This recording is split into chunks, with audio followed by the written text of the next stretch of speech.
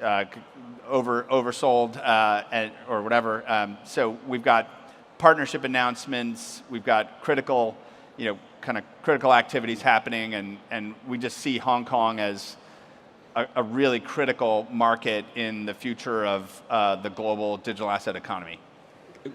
By critical, what do you mean? Can we elaborate a little bit? What does it mean? How important this market and Asia in general for Circle? I mean, I think obviously just the scale of the economies in Asia, the demand from both the developed markets like Japan, Korea, the cross-border flows that are happening, both Greater China cross-border flows into the rest of the world, cross-border flows within the region, all of those are major drivers. The desire for digital dollars as a store of value, as an investment capability, participation in crypto markets, like thriving. And I think we have long thought that dollar stablecoins like USDC could be a critical settlement infrastructure for how money moves in the whole world. And we're actually seeing that today. We're seeing businesses in Mexico and Brazil who are purchasing goods from Asian manufacturers, and they're settling their transactions in USDC. We're seeing these flows across Africa, Southeast Asia, and so that's exciting. I mean, I think this is a central part of the way trade works and a central part of the way capital flows, and so we want to make sure that we've got great infrastructure here for developers and for companies and others that are building. Earlier today in the morning, I think regulators and HKMA talked a lot about the new stablecoin regime in Hong Kong. Is Circle considering to get the license at any point in the future? So, as I was saying before we got up here, Circle is one of the largest, we are in fact the largest regulated dollar stablecoin issuer in the world. And we've been regulated from the very earliest days of Circle, and then from the earliest days of USDC. And we're now, our stablecoin operations are regulated in the US, in the entire EU. We're the only dollar stablecoin that is permitted in the EU. The only global dollar stablecoin that's permitted in the EU as an authorized stablecoin. We're regulated out of Singapore. We have a structure we're setting up for Japan. And we look at critical markets like Hong Kong, UAE, others, as all of these are places where stablecoin rules are coming on the books. Clearly coming in 2025 here in Hong Kong. And we think that's tremendous news.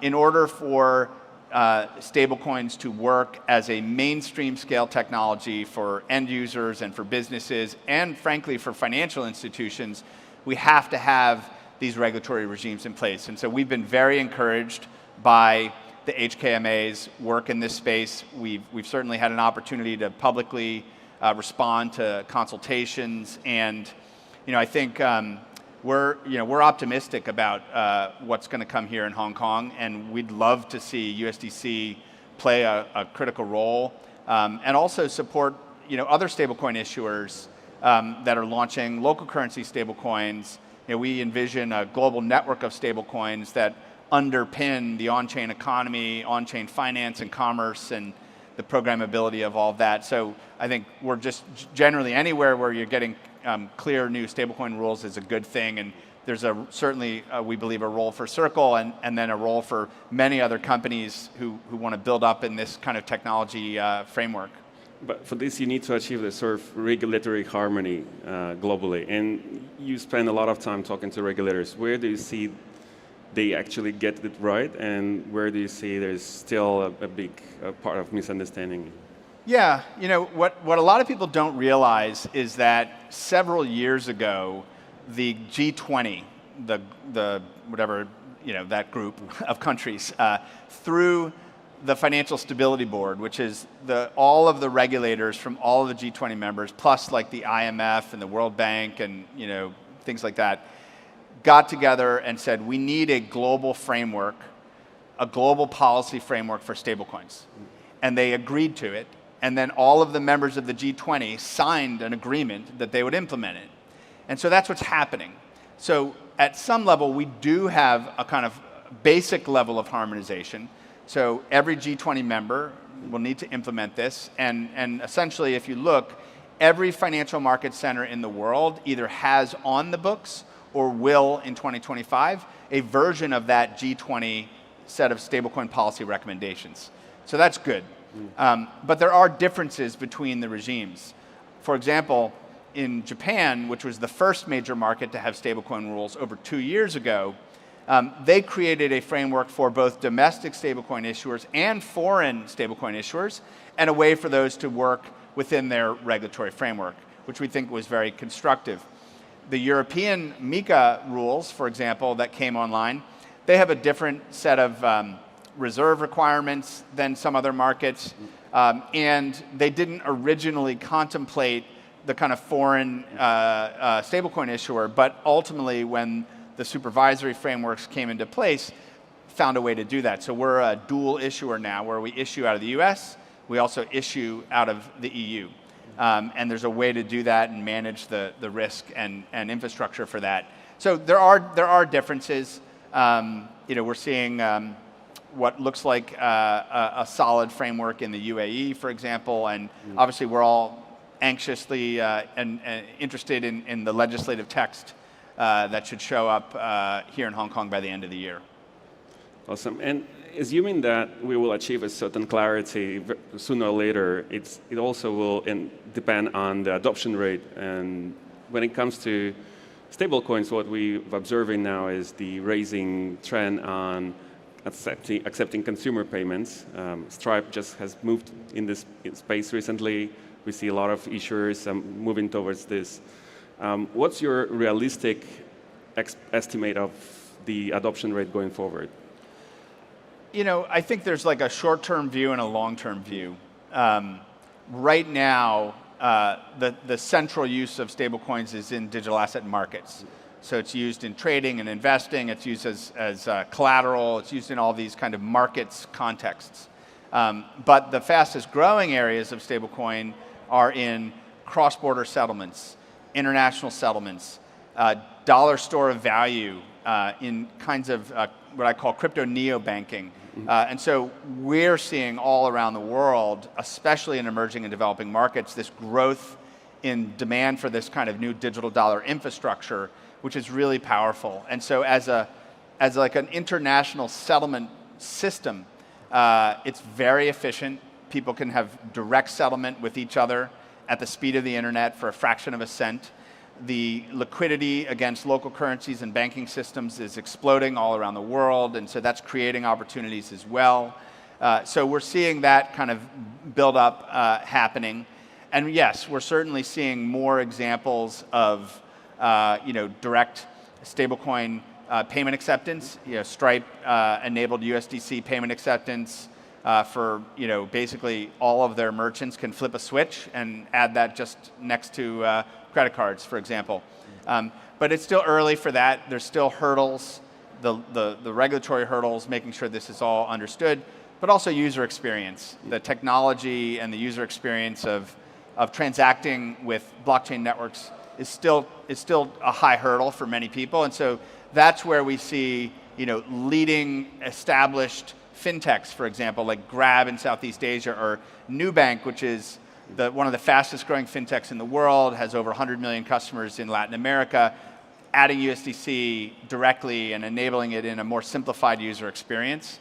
So I think as you see consumer scale companies start to integrate this technology, then I think you'll see the kind of end user payment acceptance grow quite a bit.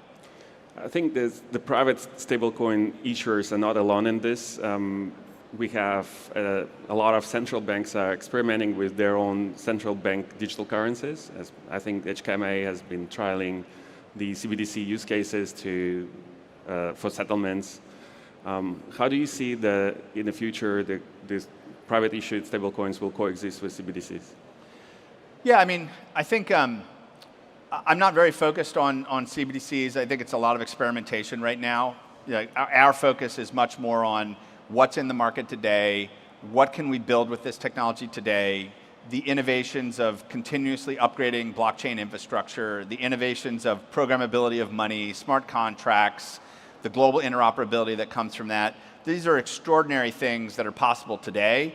And that's why also the priority of governments is actually on getting stablecoin regulation in place, right? So the real priority is get a good regulatory framework in place, let the private sector innovate, let the private sector, develop this technology. Governments are not able to compete with the pace of technology improvement that's happening in internet software generally and in blockchain infrastructure specifically. And so I think our focus is really just on how private sector innovation continues to lead in payment technology as it really has over the past 75 years.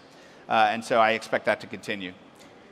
Talking about the future, what's your vision? I mean, assuming that at some point we will reach the clarity in terms of regulation, what's your future, how this industry will be developing in the next 10 years, and where do you see Circle within this future?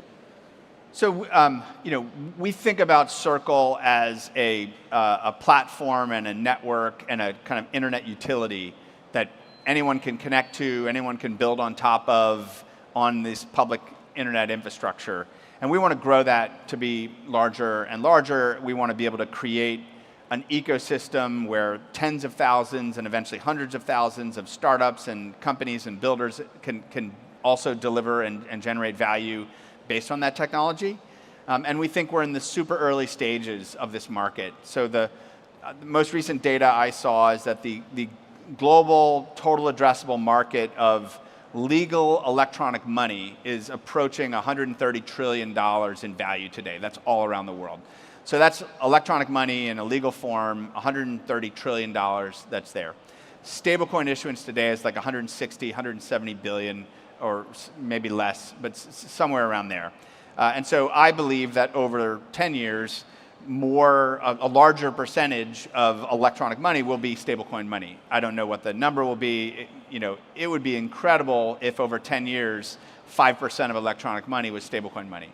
And that's not inconceivable when you think about the way internet scale technologies evolve. So that's the sort of just the underlying, electronic money part. The other part is there's all these utilities that are built for, using that electronic money. So exchanges, payment systems, B2B payments, remittances, retail payments. And if you take all of those globally and you add up how much revenue exists for the movement of money using that kind of metaphor, that's over $1.5 trillion of revenue that exists from moving around money. And so I think that moving around money is going to become radically less expensive. And so the kind of unit economics and how that revenue gets generated will change quite a bit over 10, 20 years. I think these things take longer than people expect always. Jeremy, do you think we will see at any point of time that Circle will dominate in this market, and how this might happen? I mean, I don't really think in those terms. I think we want to build a great long-term internet company. And we think about, wanting to be a great internet platform that is kind of connected to the financial system. We have this vision of there being an internet financial system that tons of companies and financial institutions and others will participate in. And that isn't just about Circle, that's about building on an open internet infrastructure. And I'd love to see that happen. And I'd certainly love for Circle to be an important company in all of that. Well, we're running out of time, so I would like to say a big thank you to Jeremy, and please give him a round of applause. Thank you. Thank you, and good luck with tomorrow's event. Thank you. Thank you.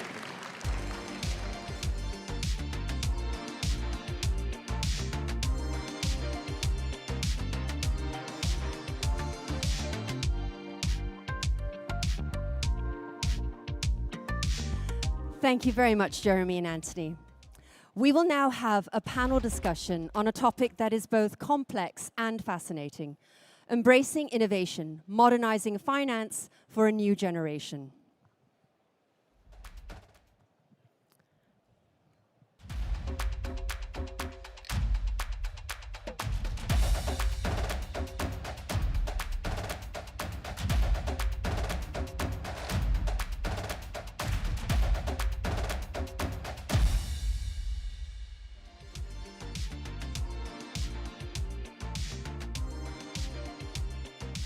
Ladies and gentlemen, please welcome back our moderator for this session, Ms. Emily Tan, Senior Correspondent, CNBC, and our panelists from Xiaomi Corporation, Standard Chartered Bank, and the World Economic Forum.